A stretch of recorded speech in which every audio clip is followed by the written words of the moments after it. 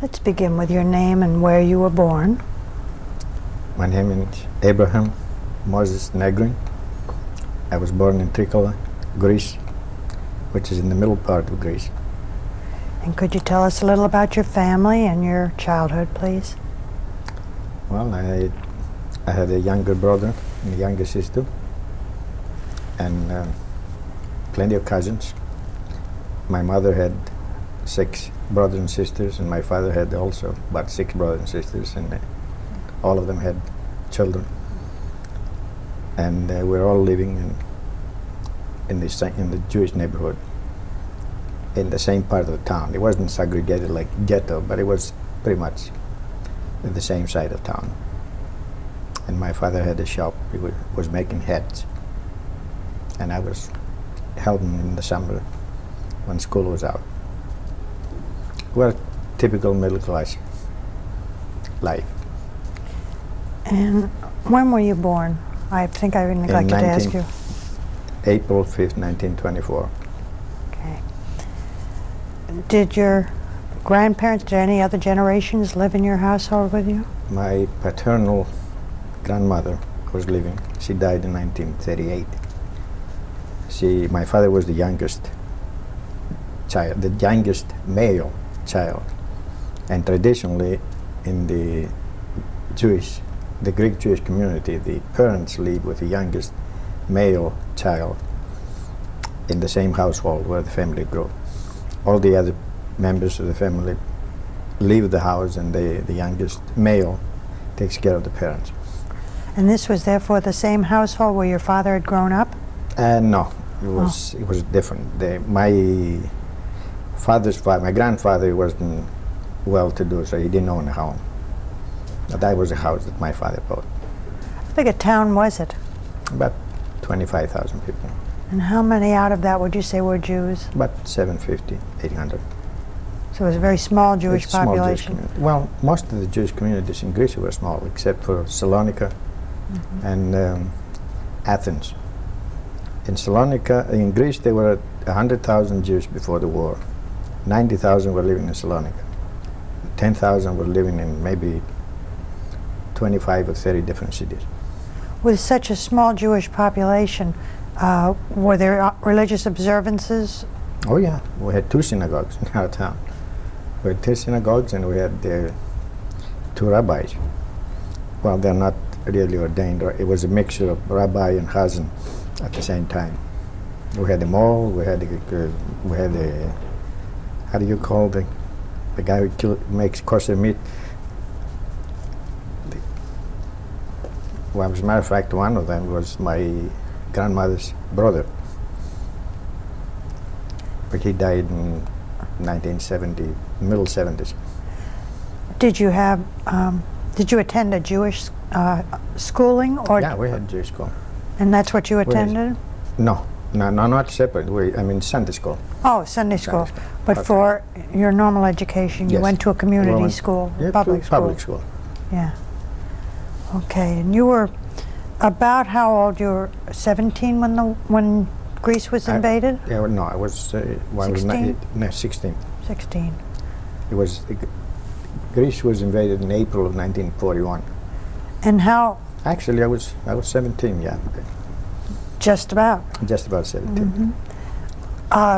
When you apparently had some warning, you knew that Greece was about to be invaded, I'm assuming. Is that correct? Well, Greece was attacked by Italy in 1940 in October, and it was victorious, and we managed to throw the Italians in the sea. But then the Germans came in April of 1941 to help them, and within 2 weeks they conquered the whole country. Really, we didn't have time to get out. What was the reaction of the Jewish population at that time? It wasn't really that. It wasn't too bad because we didn't know the atrocities. You had not heard about Poland and No. other countries? Well, we knew what was going on with the war, but we never knew that we will do the things that they did to the Jewish population. Okay. Otherwise, probably half of the southern part of Jews that were caught would have been escaped. I had the chance to escape which I'll tell you later. But I didn't because I wanted to help my family. I knew a couple of languages, and I figured out we'll go up in Germany, we'll work during the day, and we'll be together at night with all the family, and come back home when the war finishes. I see.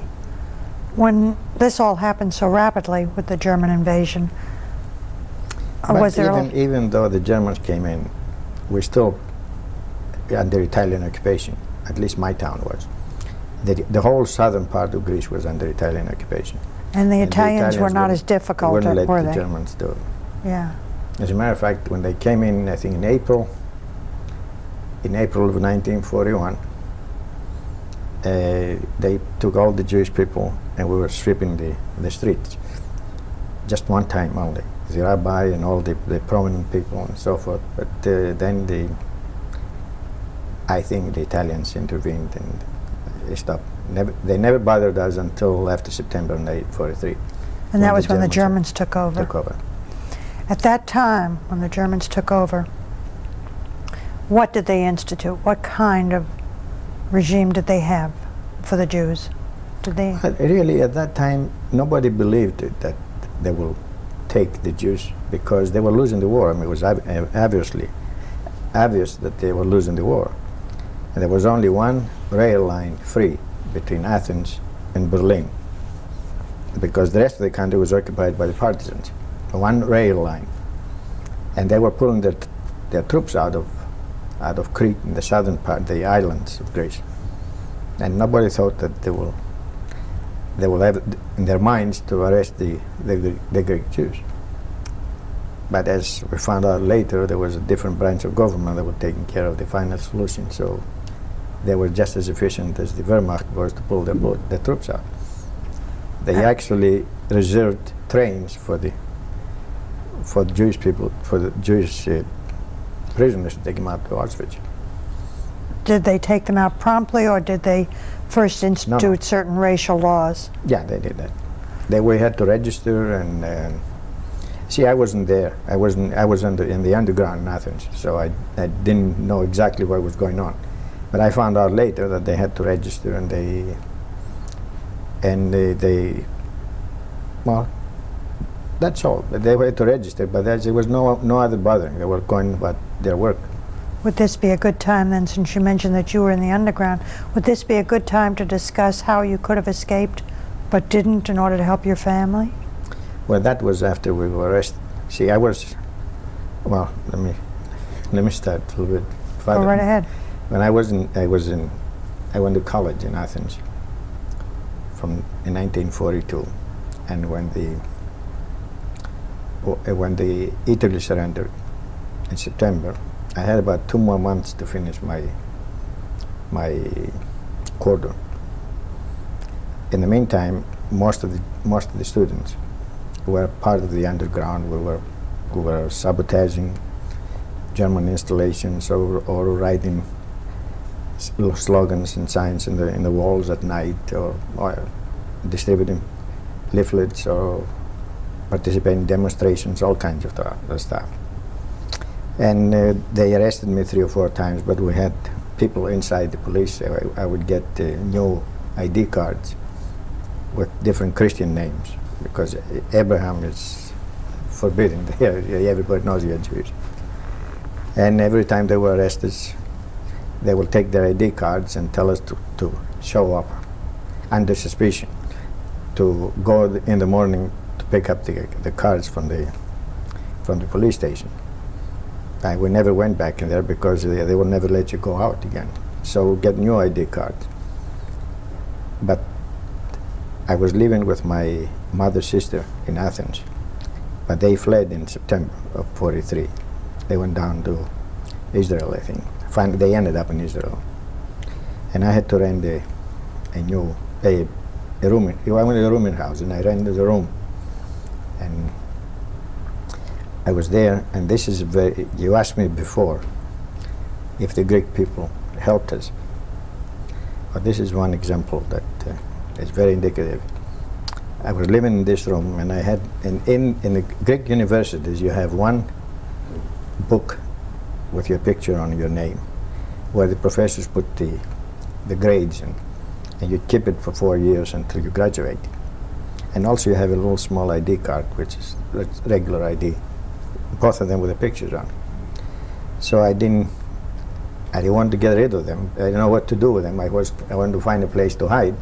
I couldn't put it under the mattress because the landlady was an older landlady, and he would clean the room and so forth. And finally they had, over the dresser, they had one of these old type pictures as a decorative item, a picture in a pot. The older time they were putting water in and they were washing their hands and so forth, but she had the little embroidery on top covered, and it was nice, and so I put the books in there. I figured nobody will take a look. So about 3 weeks later I walk in. My name was Alex, by the way. Alex Papadopoulos or something, I don't know. So I went there, and he says, I went home at night one day after 3 weeks, and the landlady says, "Mr. Alex, I'd like to talk to you." I said, "Sure, what do you want?" He says, "You lied to me." I said, "What do you mean I lied to you?" He says, "You're Jewish, and you didn't tell me that." I said, "How the hell did you get this crazy idea?" He says, "Don't tell me that. I saw your ID cards in the picture." I said, "Well, okay. Now that you know the truth," he says, "just give me 5 minutes ahead of time so I can start running before you go to the Germans." He says, "Who, me?" He says, "I'll never do that." He says, "You should have told me that you're Jewish because I wanted to protect you." He says, "Come up with me." So we go up. My room was on the 2nd floor. We'll go up to the 3rd floor. We'll go up at the attic. And then through the attic there was a hole, an opening to the roof that you can pull out. We went up in the roof with her. We walked in the roof, and she says, "Now, if the Germans come in downstairs, you come up here and you go to the end of the roof and you jump to the next building. There is a ladder there that goes, you can escape before the Germans know that you're here." Well, I really started crying. The only thing I could do at that time, it was very, very emotional. And I stayed there. She didn't even charge me rent after she found out that I was Jewish. But I left about 2 months later. I think I left around November. I went and joined my family in the mountains. They already had fled, and they had to come back because my little sister had typhoid fever. And they had to put her in the hospital. So everybody came down to town. To Athens? No, to Trickle. Still in Trickle. Okay. Yeah, they came down to town, and they're waiting for the weather to get warm. My sister, by the way, survived the fever. I mean the typhoid fever. And they're waiting for them to go, for the weather to get warm. It's around the 1st of April, the first week of April, go back to where we were in the mountains. Now, I wasn't with them. I was with partisans at the time. Since I was one of the few educated partisans, my rank was a lieutenant, and I was going from village to village trying to recruit partisans to join the forces. And on that fateful night, I was moving from one section. My hometown is in a valley, so it was surrounded by mountains. So I had to go from one place right across the valley on the other section of the mountains. And I figured out, I'm so close to home, might as well sleep at home in a soft mattress for a change. I was March 24th, 1944. They came in 4 o'clock in the morning, they took us, and I was there. You and your entire family? The entire family. I actually there were about 135 Jews that were arrested from my hometown. I see. And then they took us to a nearby city of Larissa, where they had an old military barracks or camp. And we stayed there for 8 days. Now they brought people from another city, it's called Janina. That was about 200 kilometers away. And another 3 towns from the same region that I was living. There were about 400 Jews that were arrested. 135 from my town and approximately the same number from the other two towns. And 2,000 from that big city, Janina.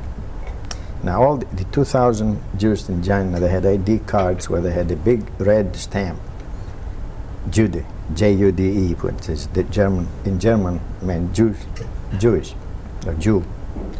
Now we, in our section of the town, we had ordinary ID cards with all the names written in Greek. Of course, the German soldiers didn't know how to read Greek. But since there were 2,000 Jews from Janina with a stamp in there, they assumed that every ID card of every Jew had a stamp in there. I mean, I'm talking about the guards of that compound. So the last day before we were put on trains, it was Sunday. We left on Monday. So on Sunday, they let Greek people come in and visit us. Greek friends, I mean Christians. So they were just showing their ID card. The German guard will look, there's no stamp, Judy, and they'll let him in. And when they go out, they show the card. Now that time, all 450 of us, we could escape if we wanted to. Because just the only thing we had to do, grab an empty basket and go to the door, show the card and leave. But as I said, it wasn't safe to have the whole family walk out because it was too obvious. And I didn't want to leave my family. Because at the time I thought that we'll go to Germany, we'll work during the day, be together at night, and after the war we'll come back home.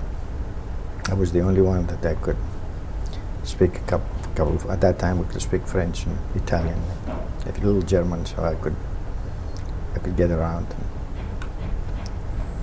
And that's where I stayed. As a matter of fact, I have 3 or 4 friends. One of them is in Houston here that just took an empty basket and walked away. So you stayed with your family? Yes, stayed with my family. You stayed with your family. When did you join the underground? As soon as 1942, when I was at the university. I mean, you didn't have to search too far to find the underground. The whole university was part of the underground anyway. You anticipated my next question. That was what I was going to say. How did you find the underground? Oh, yeah, it's everybody. How big was your particular group in the underground? Well, the underground was divided into small groups of 10 with one head of it. And you didn't know anybody else except the head will get together with the other head and so forth. And I think we'll meet about once a week, and they'll give us the assignments for the week. What type of assignments? Well, it was either a sabotage, but that was mostly for the people that had experience with explosives and so forth. I wasn't in that group. Mostly we went and either distributed leaflets or put right slogans in the wall on the walls. We were groups we were 3 couples, mostly. Like pretending we had a date. And the 2 couples would be in the 2 corners, smudging.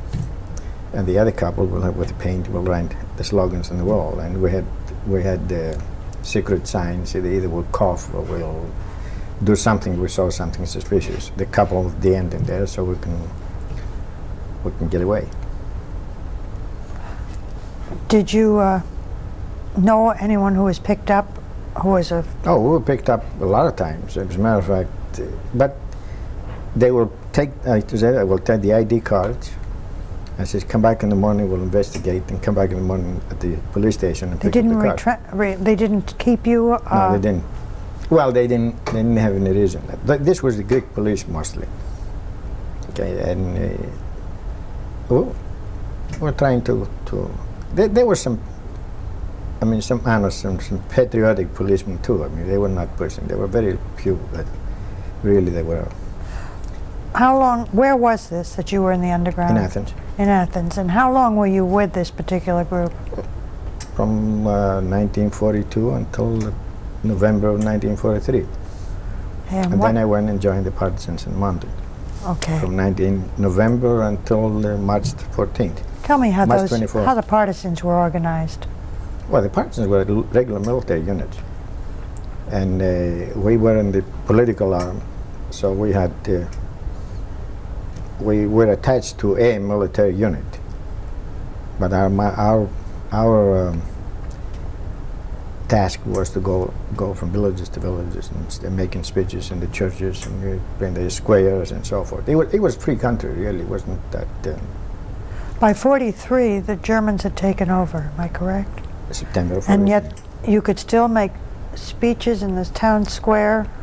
Up in the mountains. Okay. Not in the towns, in the village.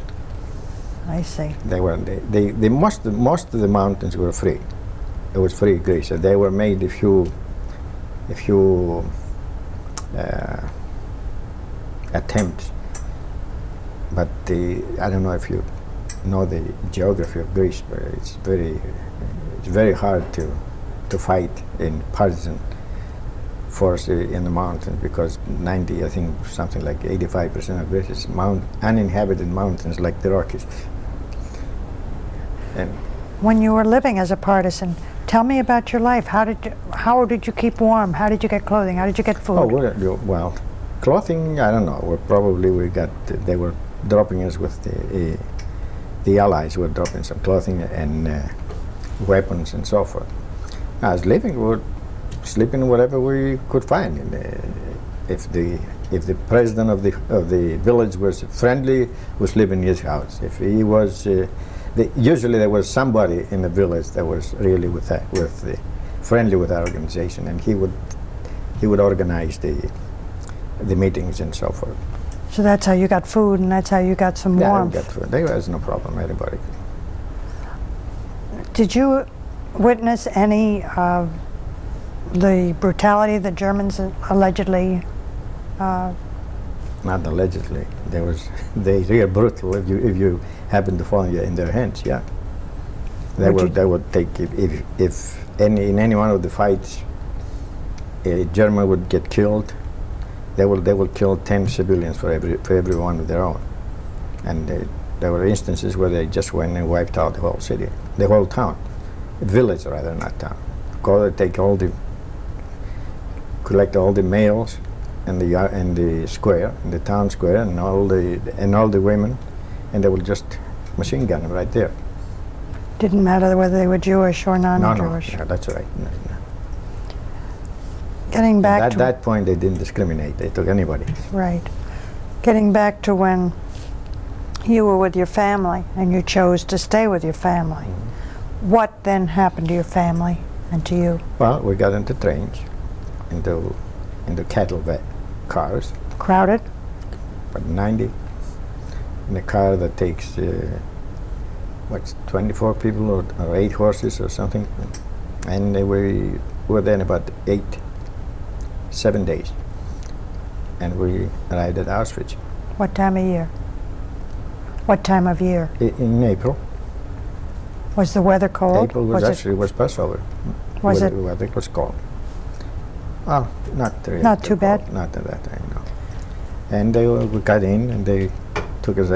Thank God we got out of the wagons, because of the cars, because in 7 days the only way that you could stretch your legs is to stand up, because there was no room to lay down.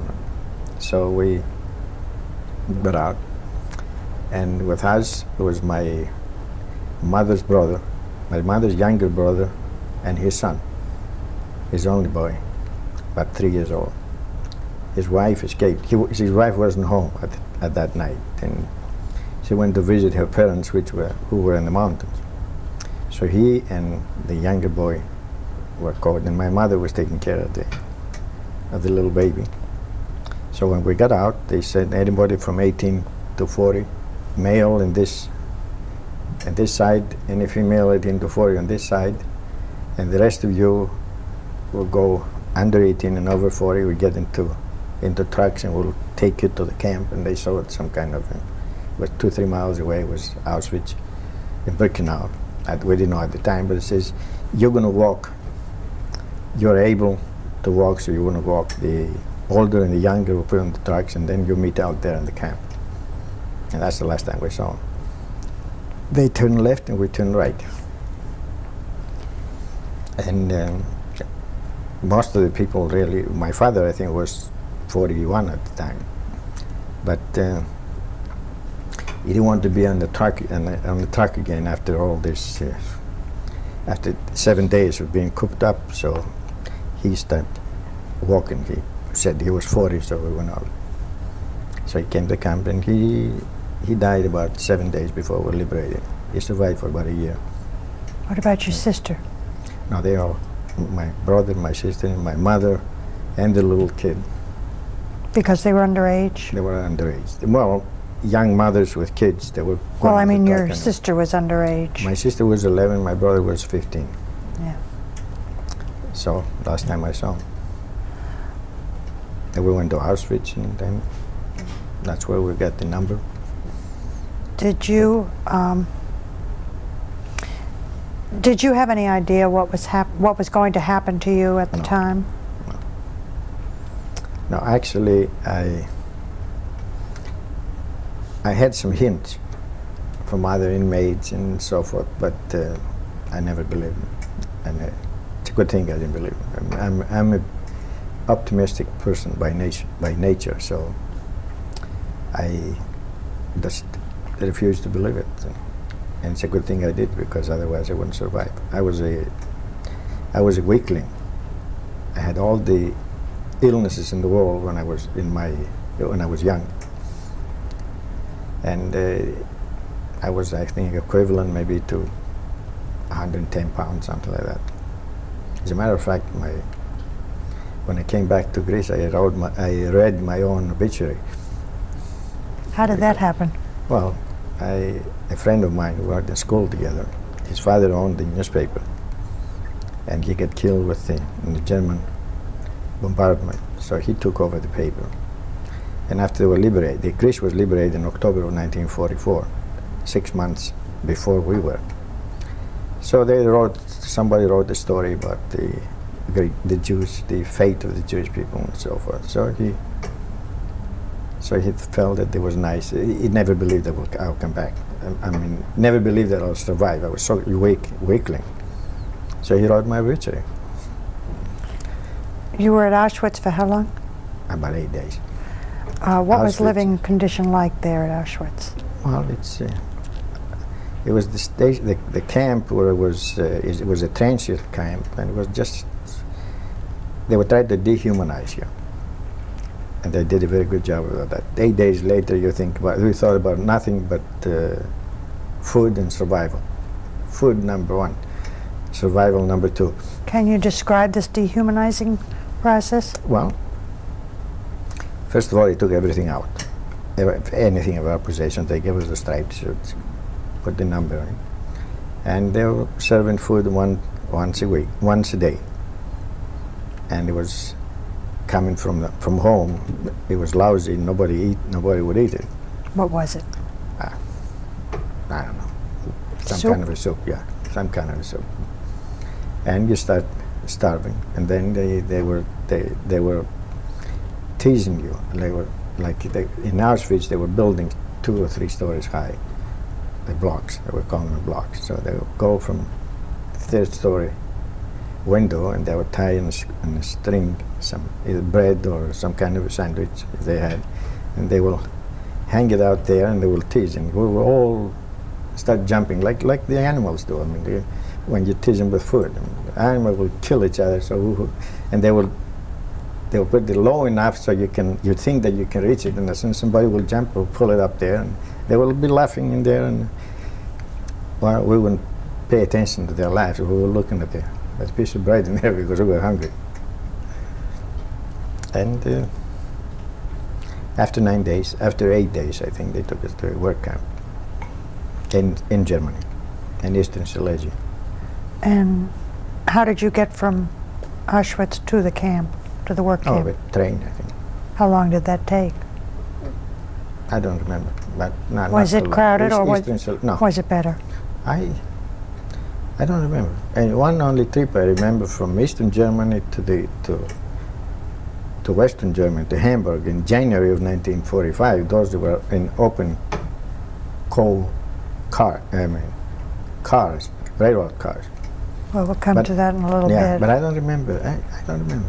I don't even remember if it were trucks or. But it was short. It was a short distance. That wasn't too long. It was too far. I was 60 miles outside of Breslau, which is on the Polish border. I think it's. Were you 20, about 20 at this time? No, yeah. About 20 years old. So you went to this work camp. What kind of work did you do there? Well, it were just about 150 Greek Jews in that camp, and we were building a camp to accommodate 3,000 inmates, which later on we found that for the Hungarian Jews. So we were living in small round barracks, about 20 in each one of them. And each barrack had a couple, in which was an older, Polish mostly, inmate. And just the two of them. Just the 150 of us were living, and they were going down to work, and were building a camp for 3,000 Hungarian Jews, and that lasted, I think, until about June of 1944. How were living conditions? Like any other camp, had one hot coffee or tea in the morning, one soup at noon, and another soup with 4 slices of bread at night. How about brutality at the work camp? Oh yeah, that was ordinary occurrence. We had 3 possibilities to get beat. We had the German foreman, or the German worker who was supervising the project, civilian. Then we had the capo, who was an inmate, who was more brutal than anybody else. And then we had the German guard with the butt of his rifle. So we were mostly digging ditches or foundations for the buildings and so forth, and we had to constantly work with a pick or a shovel. And if you stop for a while to take a breath, one of those 3 objects, the civilian with the whip, and the couple with a piece of board, normally wood board, and the German guard with the butt of his rifle. So we'll come out to you, say, well, come on, work fast, schnell, raus, and all this kind of. Did you ever feel that you were doing anything that was useless, but just there to be done? Not really. We built it only once, when we had so much snow, and we couldn't go to our regular place of work. So they had in the middle of the camp, there was a big pile of coal. So they would take us, so we won't get used to relaxing.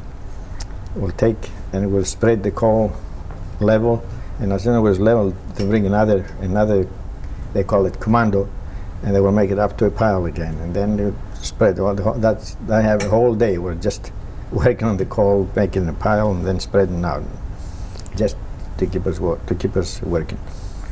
You say the snow on the ground. What about the clothing provided for you in bitter cold? It gets pretty cold. It was cold. Well, we had I think we had the shirt, an undershirt, and the striped suit, and a blanket. And what we were doing, we were putting either underneath, they were putting this, the mattresses were filled with, not wood chips, but it was something that looked like strings made out of wood, okay, and we were putting it inside, and to keep us warm, like with newspapers, if we found any, or any kind of paper. And that's what we were putting it under our clothing, so it protected the wind. It was, when it was cold, it was cold. I think the coldest I ever saw was 30 degrees below in Celsius, and I was waking up in the roof. I was a dachdecker master. That means a roofer. And we're putting tiles on the roof. and that was when it's 30 degrees. It was absolutely, it's like 1,000 needles or legs mostly, because here we were protected with the wood chips in there. Do you have any idea, when you think back, how you survived as 110 pounds, and Well, how you survived such treatment? I never really pronounced the word death. Never.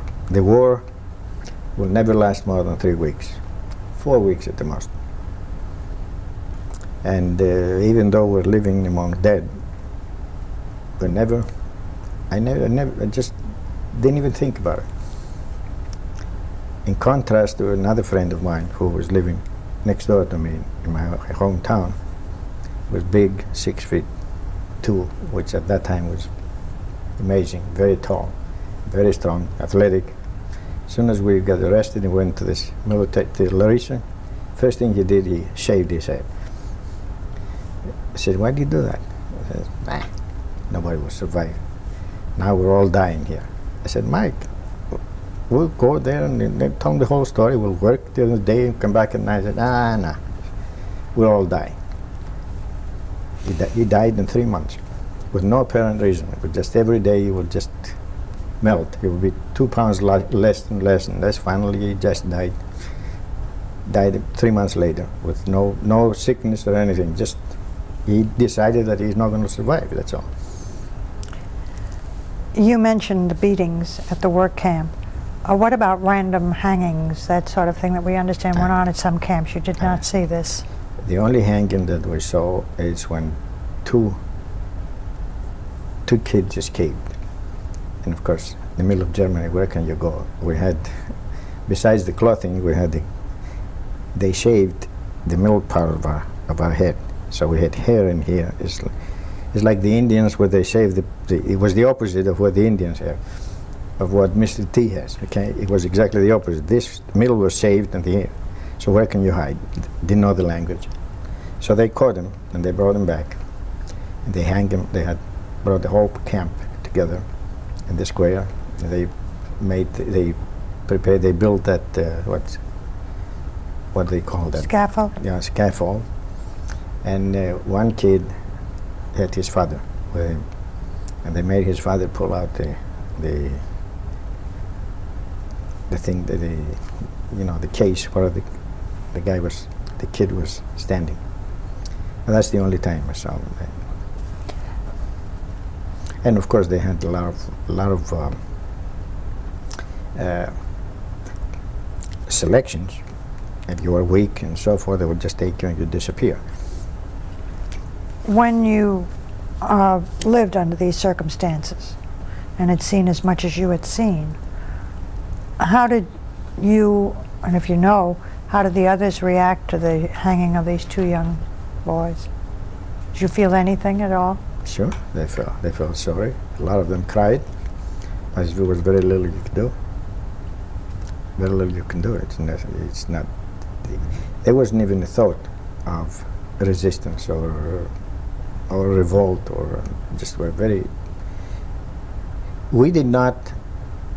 You can't understand our psychology in there. You just didn't think about anything except food and survival. I mean, the most thing that you could expect, or I was telling a friend of mine, or making dreams, okay?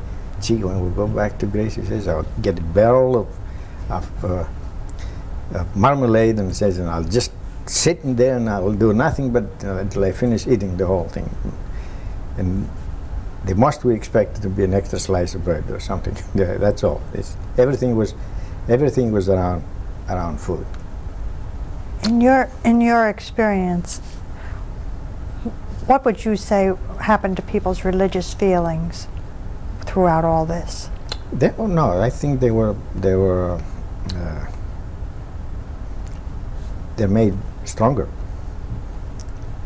because when I was a teenager, my father had to take me by the ear in order to go to the synagogue. And then I found myself, even before I was arrested, when Hitler was starting persecuting the Jews, I found myself going to the synagogue voluntarily.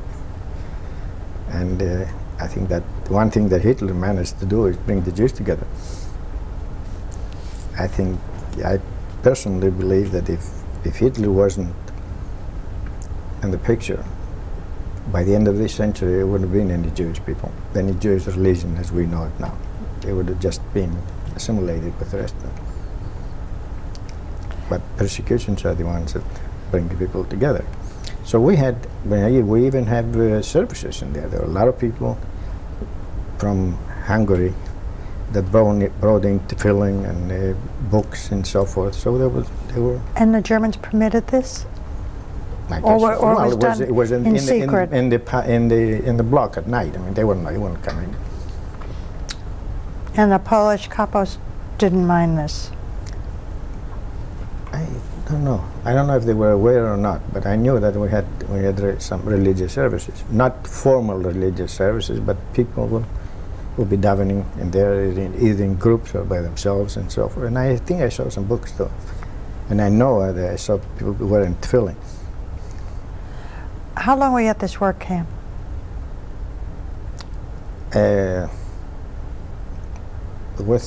When the Hungarians came in, and I think I was until about July. And then what? And then we moved to another camp. They asked for. See, the thing that I did was that I also survived because I realized early enough that if you can get away from the masses, your life is a little bit easier. So I volunteered for everything. I was a master carpenter, I was a master tailor, I was a master roofer, and any time, because I knew a little bit of the language, and when I saw a strange civilian walk in, and I tried to hear what he wanted, he asked the guard, and they wanted to assemble all together, and said, we need 15 carpenters. I was a carpenter. So, and says, do you know these people? Says, sure, they're all my hometown. Says, do you know any other carpenters? Sure. So pick up my father first, with me and some other people. So what was the carpenter they wanted? We went and cleared the forest. They gave us saws, so we cleared the forest. The next time they asked for this roofer, and we picked 3 of us, and after we did the hard work on the outdoors with the 30 degrees below, and we covered the roof. Then we spent about a month or a month and a half between the ceiling and the roof on the inside, and putting with this narrow trolley, put the cement and tying up the tiles together. And we were getting 50 cigarettes a week as a premium for premium work. How did you know how to do this? What the hell did I know? What's the big deal? I would just take the thing and it wasn't any really technical thing, but I was away from the masses. Did you have a quota to meet on No. these work jobs? No? Not that I know of, anyway. Okay. When you heard of the liberation, did you go elsewhere before you were liberated? Yeah, then we that. went to this, we built that camp, it was called, I think, Wustergesdorf. And then they asked some tailors. Now my father was a hat maker, so I volunteered, so they took us another camp called Wolfsburg. We never worked as tailors, we went just regular, we're building a hospital, as a matter of fact.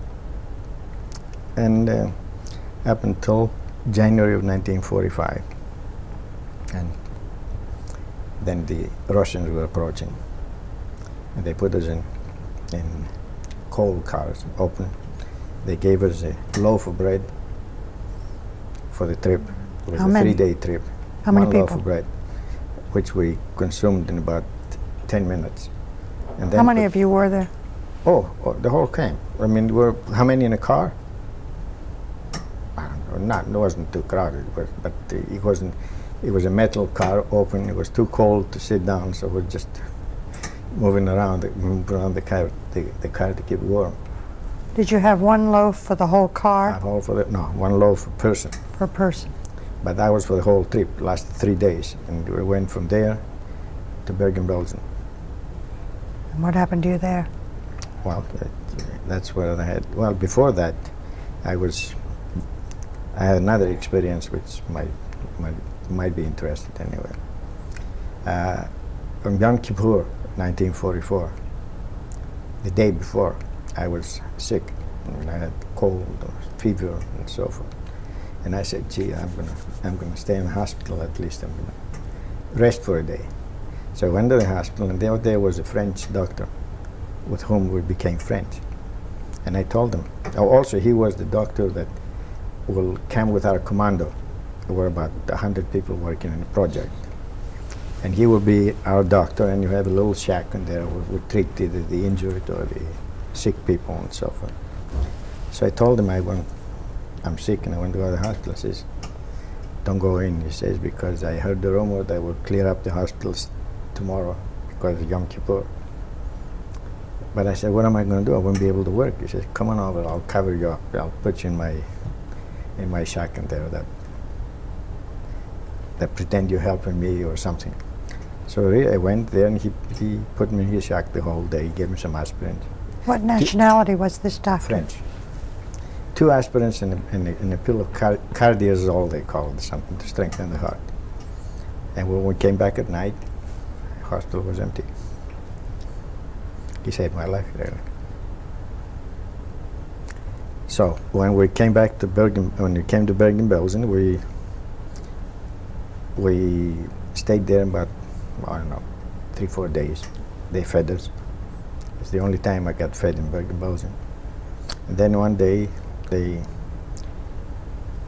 were in a barrack, about maybe 1,000 people in that barrack. It was a long barrack, had one entrance. They had one entrance, and there was called himself a doctor, standing at the entrance. There were all 1,000 people inside, and they made us undressed, and we're going through the door, and the doctor would take a look at you, and you point out, that means you were to survive. If you point in the corner of the barrack, that means you're going to the chamber, the gas chamber. So my father was still with me. So I always did put my father first.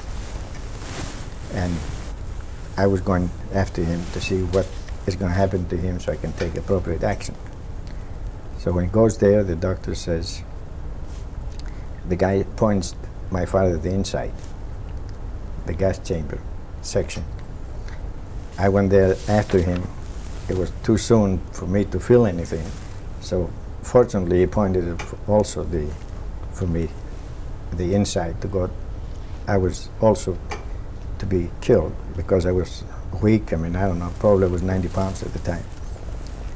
So we sat down with my father and we started crying. And I don't know if you had any experience, but after you cry, somehow your mind clears up. And I said, nah, I'm too young to die. I got to do something. So we tried to jump out of the windows. They were all guarded and closed. So I told my father that the only way that we can escape here is to go back into the line. As we're sitting on the floor, maybe crawl and go back into the line, because we're all naked. They would know the difference. They would know if they saw us again or not. My father says, well, are you crazy? They find out they're going to kill us. I said, so what's the difference? They're going to kill us anyway. So we went back the second time. The first time we went among the first 150. The second time we were among there were already 500 people who went through the line. So the second time we went in, the so-called doctor pointed my father out to leave. He pointed me inside again. Now this time I didn't waste any time crying or anything. I knew what I had to do, so I went back into the line. The third time I couldn't raise my chest because you could play piano with my ribs. Okay, I couldn't stoop, so I wouldn't show my ribs because then they'd think I was dead. I was sick. So the only thing I did, I guess, is just looked him in the eye. It looked at me for, it seemed to me was 2 hours, but it was probably 2 seconds. And then he showed me the yard. I survived. And then we went into a city called Hildesheim. It was about 60 miles out of Hanover in northwest Germany. And we were working at a railroad station. The Allies were bombarding the station during the night, and we'll go back and trying to repair it in the morning. And we stayed there for about 3-4 weeks, I think. What time of year was this? It was in March. Between February was February. Because January we went to Bergen-Belsen, and it was February. We were there 3 or 4 weeks. And then they came one day, 2 o'clock in the afternoon, and they just burned the whole town. I mean, they came in, the airplanes came in. They had an alarm. They had a system in Germany. As soon as enemy planes crossed the border, they had what they call pre-alarm, so you'd be alerted. And when the planes were going towards the direction of your town, then they had a full alarm, so you had about 10 minutes to get out of the town. So we got out of the station. We saw the first time there were about 6 planes came in, and the first one threw out what the hell do you call that? The lights, I mean, a flare. Flares. Threw out the flare. Then the other 6 planes, they bombarded the station, and then before the 6 planes they finished, they had another 12 coming in, another 24 coming in. Pretty soon the whole sky was full of planes, and they bombarded the whole town. It lasted about maybe 10-15 minutes, and when the whole thing was over, there was nothing left at that town. Everything was burning, even live trees in the street were burned. Where were you and the other We were inmates? outside. It was at the edge of town. We were on the side of the road, on the ditch. So we could see the whole thing. It was bright day, sunshiny. So when it was over, what happened to you? When I was over, they took us through the town. We went on the other side in an open field. We slept there at night. And then they moved us into another camp, again around in the vicinity, walking. And we were building an underground factory. We were working underground, which would have been nice, but we can only, every night by 9 o'clock, there was an alarm. The Allied planes were coming, so they couldn't have the lights on up there. So we worked until about 10 o'clock, filling all the little wagons with dirt. And then from 10 o'clock until 6 o'clock in the morning, we were in the night shift, by the way. Until 6 o'clock in the morning, we'll be just standing in there leaning on our shovel, because the water was up to here. So they didn't take you elsewhere to sleep. You slept right underground. Well, we were sleeping during the day I see. at the camp.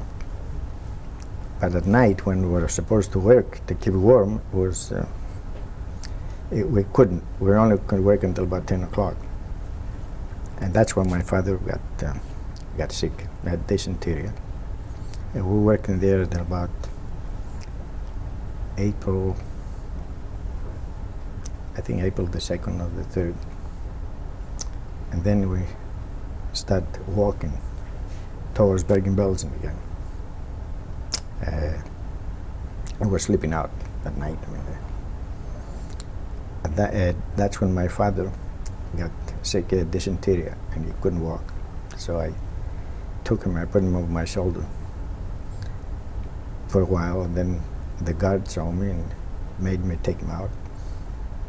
And I told him that he only needs about a little bit, by maybe 100 and 150 yards, so he can regain his strength. He says, no, he says, if I let you do that, he says, you will be sick after 100 or 150 yards, so leave him in there. So I left him at the corner of the street, on the side of the street.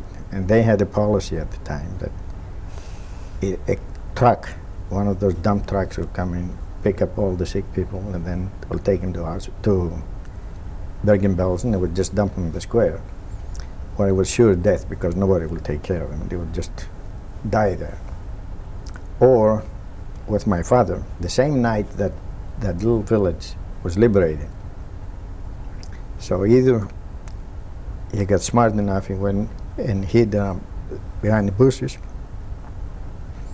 and he died from overeating because he just couldn't control himself. Anytime anything that he could lay his hands on, anything that was edible, he would eat. But I could never find him. I never. We were liberated on April the 15th. It was about a matter of 7 days. You were at Bergen-Belsen at the time. And which troops liberated you? English. And did you have any idea they were coming? Well, we had some idea. Yeah, we could hear the noise of the artillery, of the guns.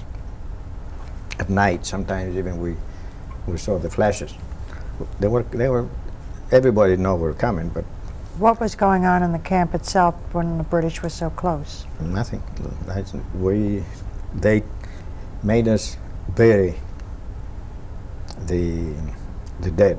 See, they would put the dead in the big barracks where it used to be for the living. Take one of those barracks or two, and they put them in a row. So when you walk into the barrack, the only thing you saw heads. They put one line down, and then the next one will be from here down, and the other one from his head down. So when you walk into the barrack, you see just a row of heads only, and you saw the last body only, the last guy. So it will take us. They made us take 2 live inmates. We'll take one dead one from the arms and the other from the legs, and we'll drag them about a mile and a half, where they had a big grave, massive grave, and then we'll stay with 1, 2, 3. With a count of 3, we'll let him go in the grave.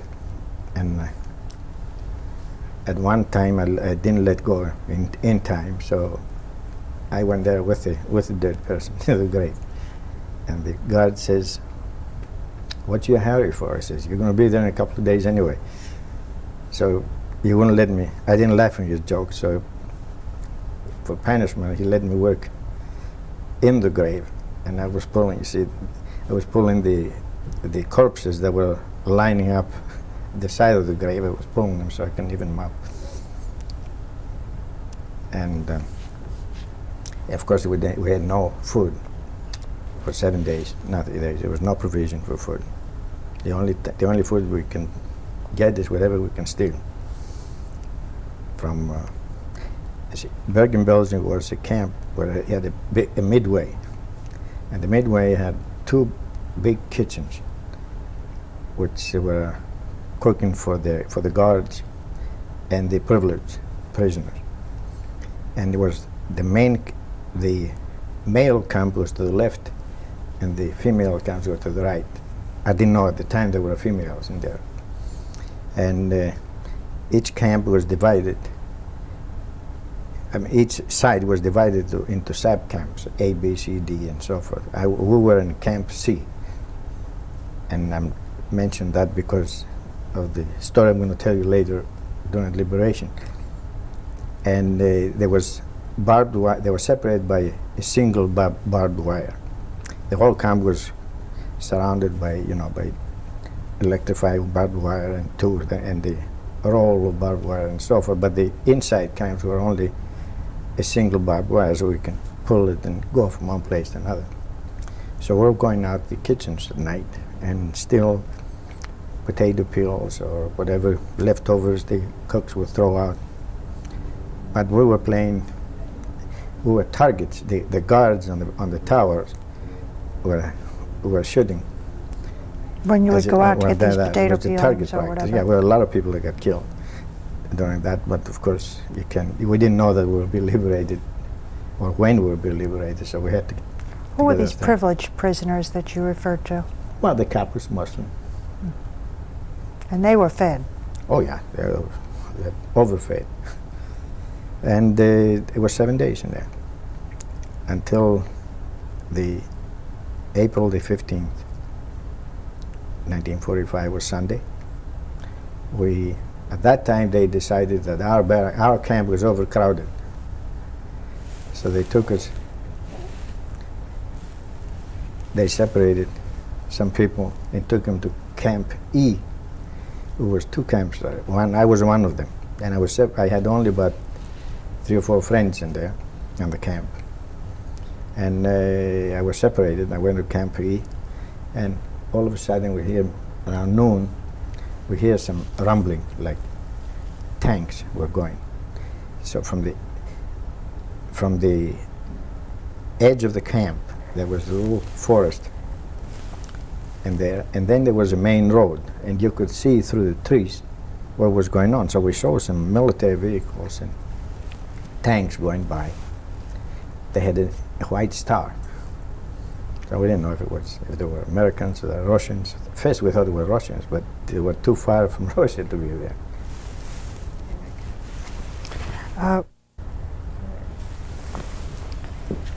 So you knew liberation was near when you saw the tanks with the stars. Yeah, but we didn't know where it was.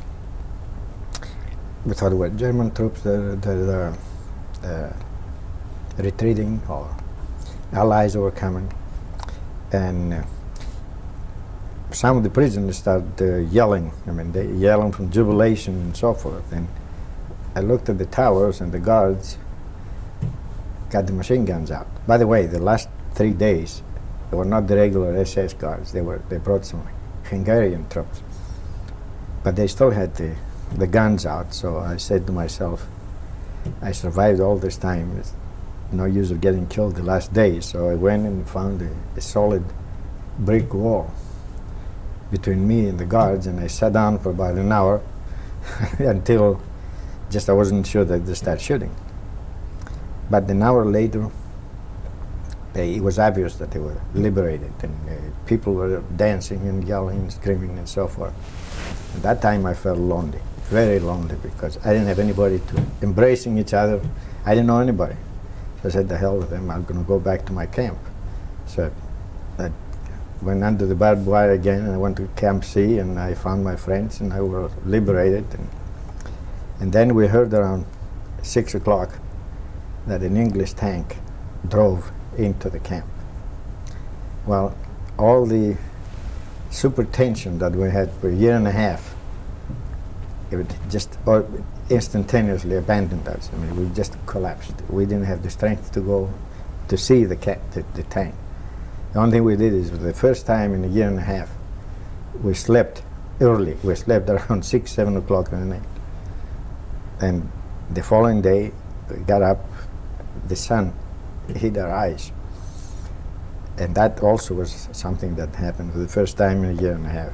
We never slept. We were always up at 4 o'clock in the morning. So we get up, I open my eyes, and I see some food. They had the little cubes of, I think you call it Rüdeberger, and the big solid things that were making soup, the German soldiers, carrots and so forth.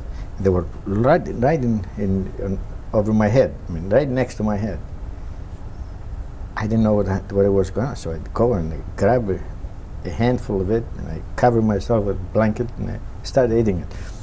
So I tried to listen, nobody complained about it. So I take another second one, and I find that when I filled my stomach, I get up and I take one in the presence of everybody. So if it belonged to somebody, will complain and says, I'm sorry, I was hungry, so I took one.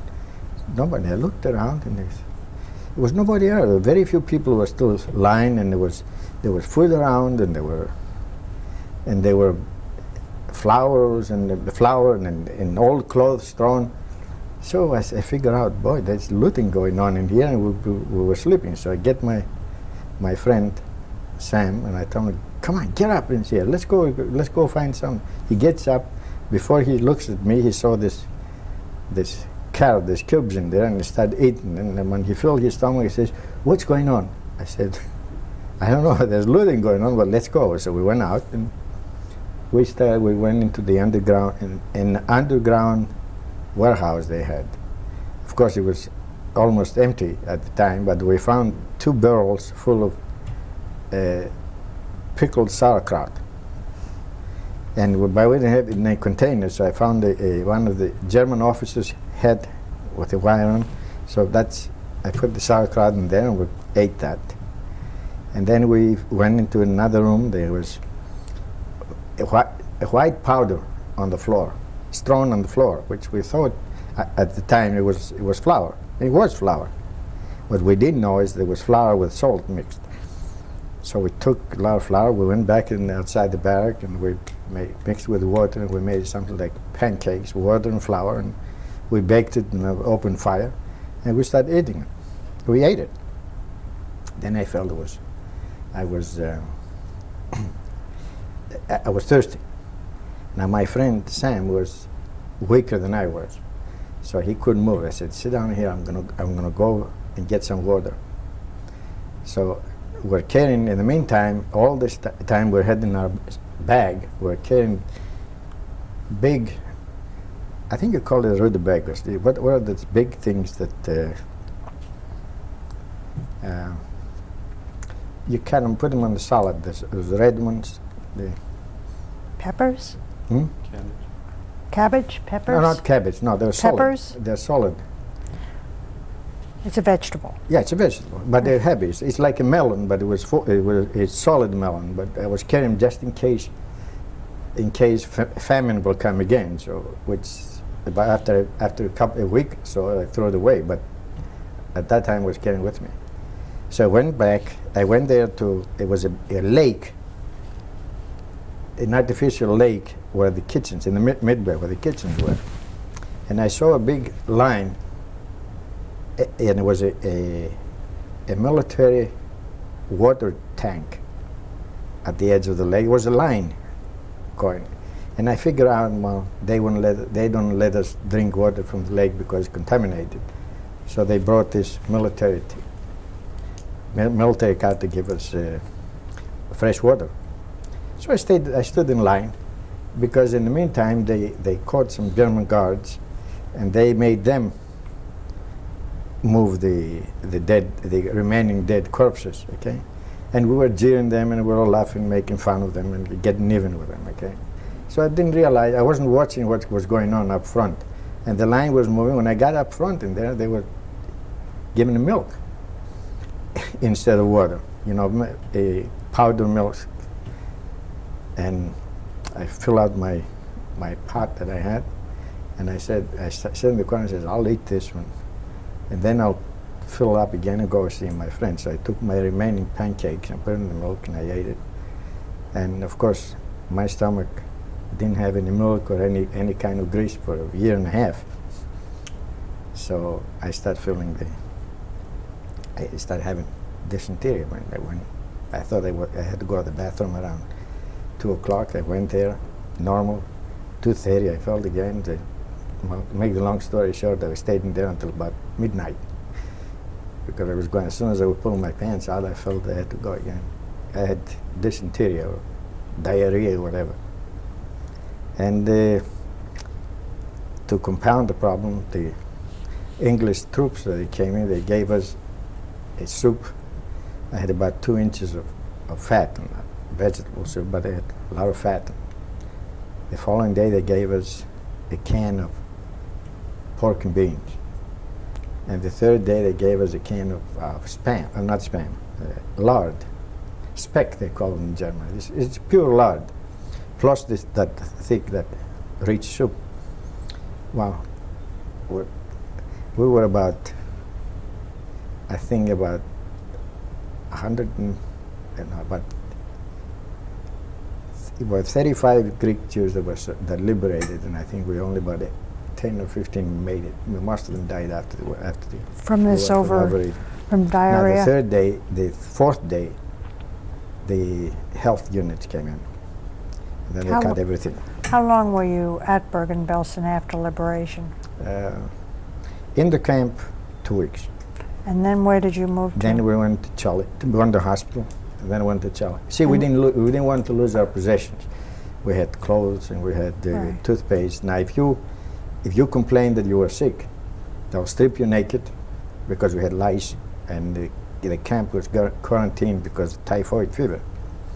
So they strip you naked, they cover you with a blanket, take you to the ambulance, and then you go to the camp. Now, at that time, we were rich. We had clothes, we had toothbrushes, and everything else. So we didn't want to lose it, but my friend was getting worse and worse every day. Finally, I thought I'm going to lose him. So I said, I recovered. I recovered immediately. I was just scavenging for food or clothes or whatever. Then I said, better go to the hospital. Now he says, I'm not going by myself. I'll go. You go if you come with me. So we got there in the corner. We pretended we were sick. I was pretending. He wasn't. So they took us and we went to the hospital. And that was at Stayed Chile? That was outside Bergen, Belgium. After we recovered, then we went to Chile, which was 40 kilometers, something like that. And was that a displaced persons camp? I don't know. I don't know what it was, but we had a good time. How long were And, you there? Oh, about 2 months, I think, up until August. Now, you were how old at this point? Let's see. 21. 21. Did you meet your wife at this point? Right there. I met him when I got out of the hospital at Chile. I see. And She tricked me. she tricked you. She tricked me with a pot of chicken soup, and it was. I think it was a good trick. After you were there for 2 months, and then what did you do? Having a good time, waiting to get back home. Right. For transportation to get back home. So you went from Chile to. No, we stayed at Chile for 2 months. Yes. Then in the middle of August, we went, but in trains, and went to Brussels, in Belgium.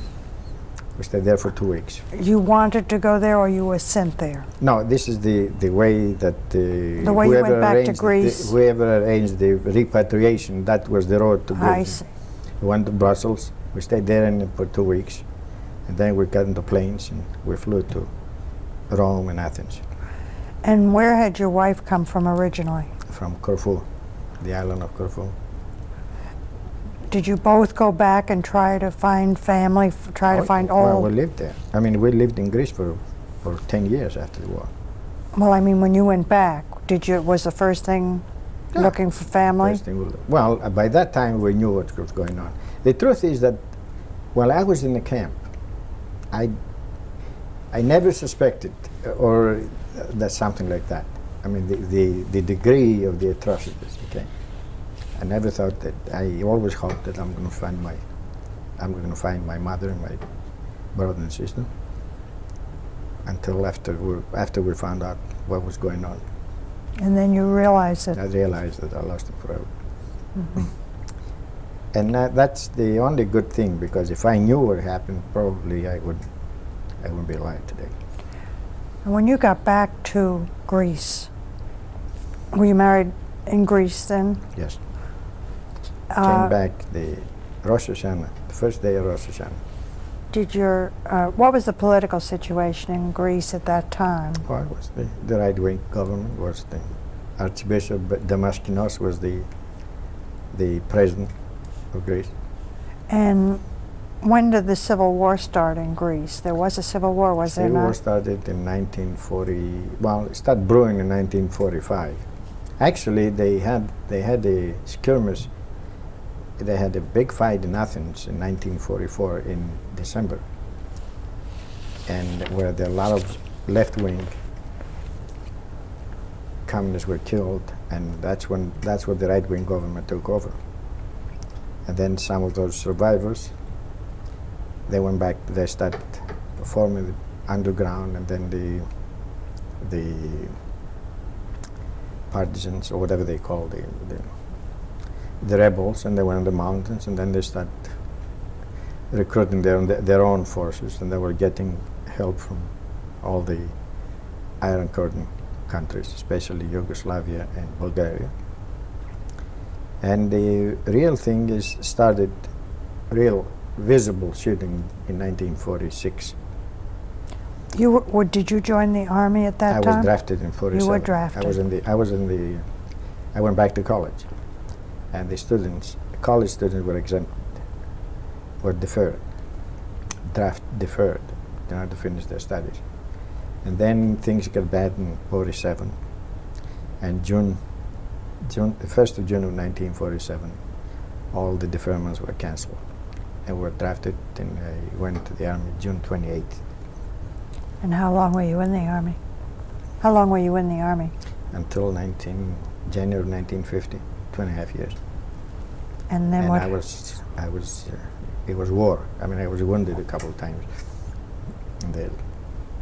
And in there, the worst thing was that I had my wife and my first child, my first boy, and they were starving. There's no government help for the families of the soldiers. I mean, it was just, they were living out of charity. As a matter of fact, I found my father's house, my family's house, when I came back. And when we went back to Athens to go to college, I rented half of the house because the other half was taken by refugees. Even during the war, they were staying there with no rent. How do they call it? How do you call the guys that go and possess something, a building, they're sitting there? It's not a city. Squatters? Squatters, yeah, squatters.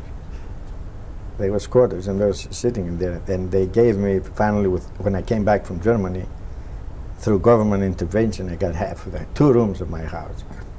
Life was hard, though, in Greece, wasn't it? Life was very hard at the end, after the war was over in Greece. Yeah, sure.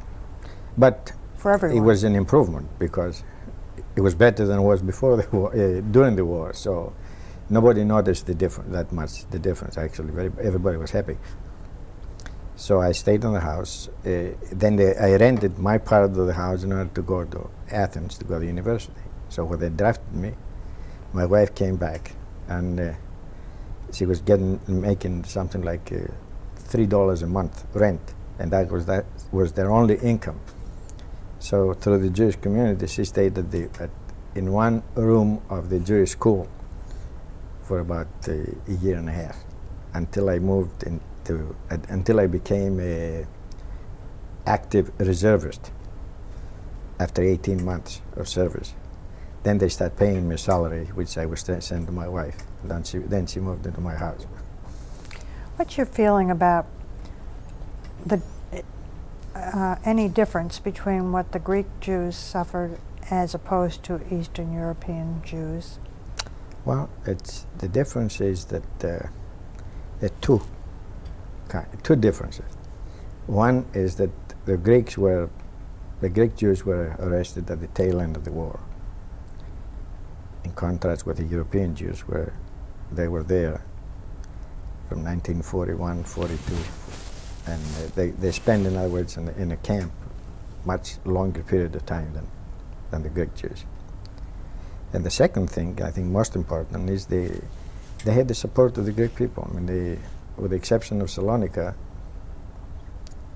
where they didn't have any friends, the rest of Greece was very supportive.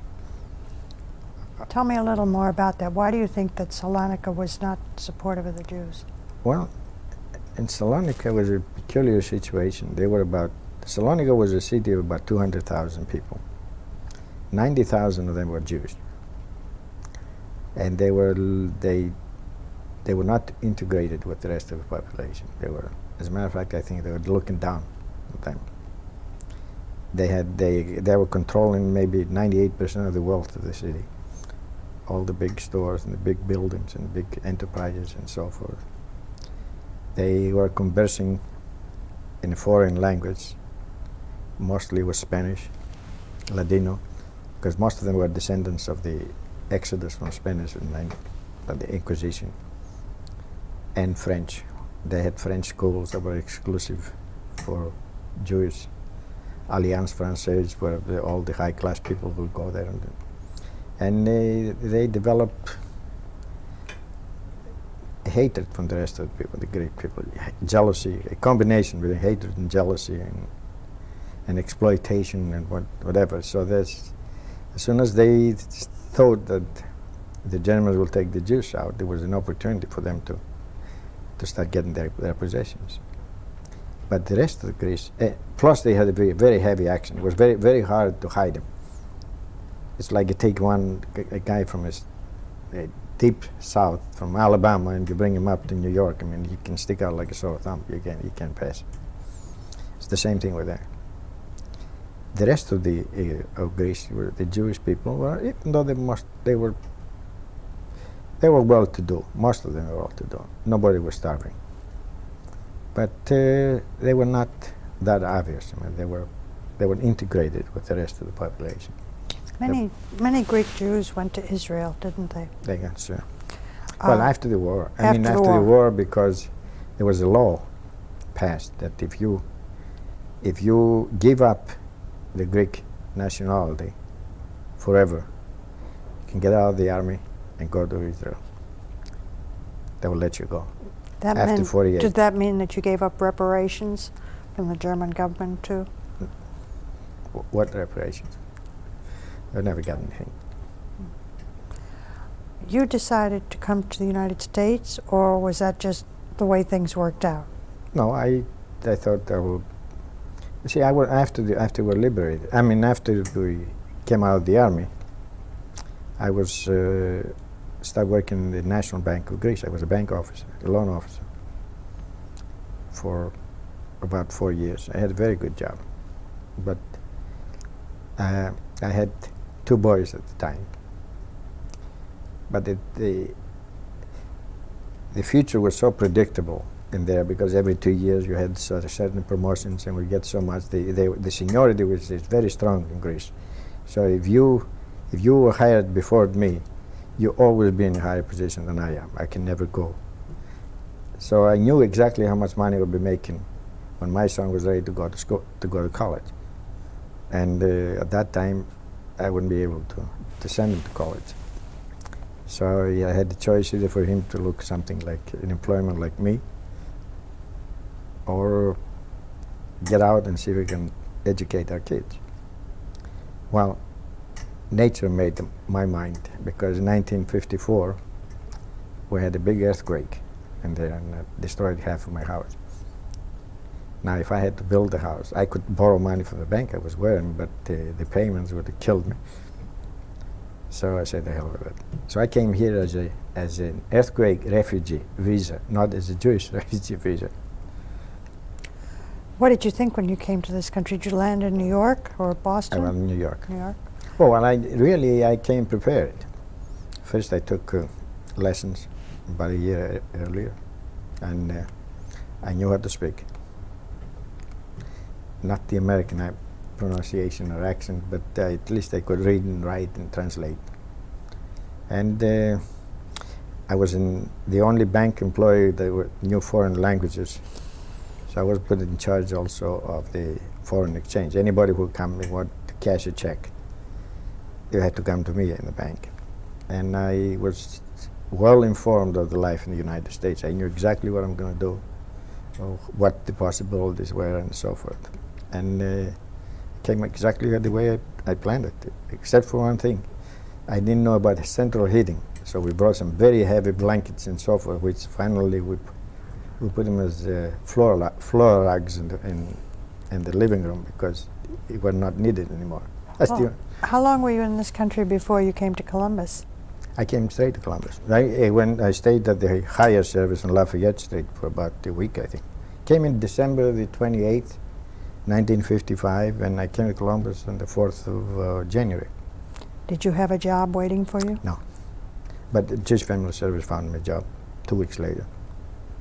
And what job was that? I started working in the warehouse of Gilbert Shoe Company on Town Street. As more capacity? As a warehouseman. And then 2 weeks later, they brought me at the office. I was an accountant. I am an accountant. They brought me to the office and I stayed there. And everything I expected came up. 6 months later, I was the office manager. A year later, I was the officer of the company. I was the treasurer of the company. And now what are you doing? Now I'm the controller of the outlot stores, consolidated stores. And I'm about to retire in June. And what are your plans after you retire? Well, I don't know, really. I'm going back to Toledo. That's where we lived for the last 20 years. And I bought a house in there already. Have you been back to Greece? Yeah, been there 3 or 4 times. Have you been back to Bergen-Belsen or No. any of the other places? I'm not so sure I want to, really. Do you have any surviving family from Europe?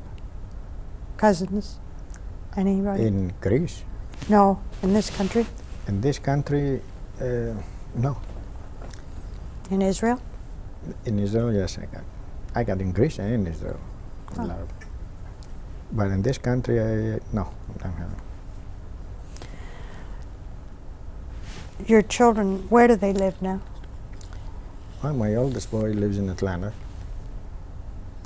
He's in the radio station business. He owned 2 radio stations in there. My youngest boy is in Seattle, Washington. He works with the Microsoft. It's the largest software company in the country. And my daughter is in Toledo. She's expecting. Congratulations. Thank you. When you think back on the time in the camps and those years, do you have any particular thoughts on that you would like to share? Well, I don't know what you expect me to answer, but it's a time that you like to forget, but then it's a time that sometimes makes you proud that you really survived that, and you look back and you say, "Geez, that must be something special." I think Of course, so. you tell that to yourself. I mean, you don't. But and it's something that I agree with what you're doing. It's something that has to be kept in the eyes of the people, so we'll never forget it and never happen again. Well, I thank you very much for your story. I would like to do one thing in addition, and that's to have us record the number that was put on your arm when you were at Auschwitz. Sure.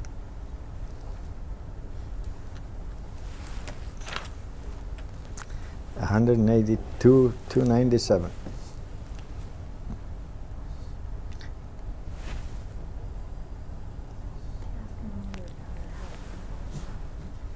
What was the procedure when you were, while she's photographing this? It would be interesting to know the procedure when they put this on someone. Well, as soon as we went to Auschwitz, they took off all our clothes, anything that we had, and they gave us the uniforms. Now, first of all, they took us through a bath where we had to go under, had to put our heads under the water, under the liquid, and they had disinfectant in there to kill the lice. And then we gave us the clothes, the striped clothes. Then we went to a room where there were guys with pens who were tattooing the numbers there on the arm. And then that was the same day we arrived. Then we went to sleep, I think. Was it frightening, or was it painful? Not really. It's Not too frightening like a regular either? tattoo. Hmm? You were not frightened at the time? I think we were in a daze, really. I don't think we knew what was going on around us. These were all men at the time, All men. all with you, and And we didn't realize what was going on. We didn't realize what was going on until it sunk in. And some people sank earlier, and some people sank a little late. In my case, it sank in. I just refused to let it sink in.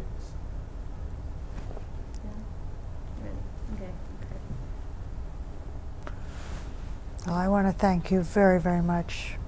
Appreciate this. Well, I hope that it will help you, the goal that you have set for yourselves, and I think it's a very well worth it. Be very valuable. And I thank you for letting me tell my story. You're welcome.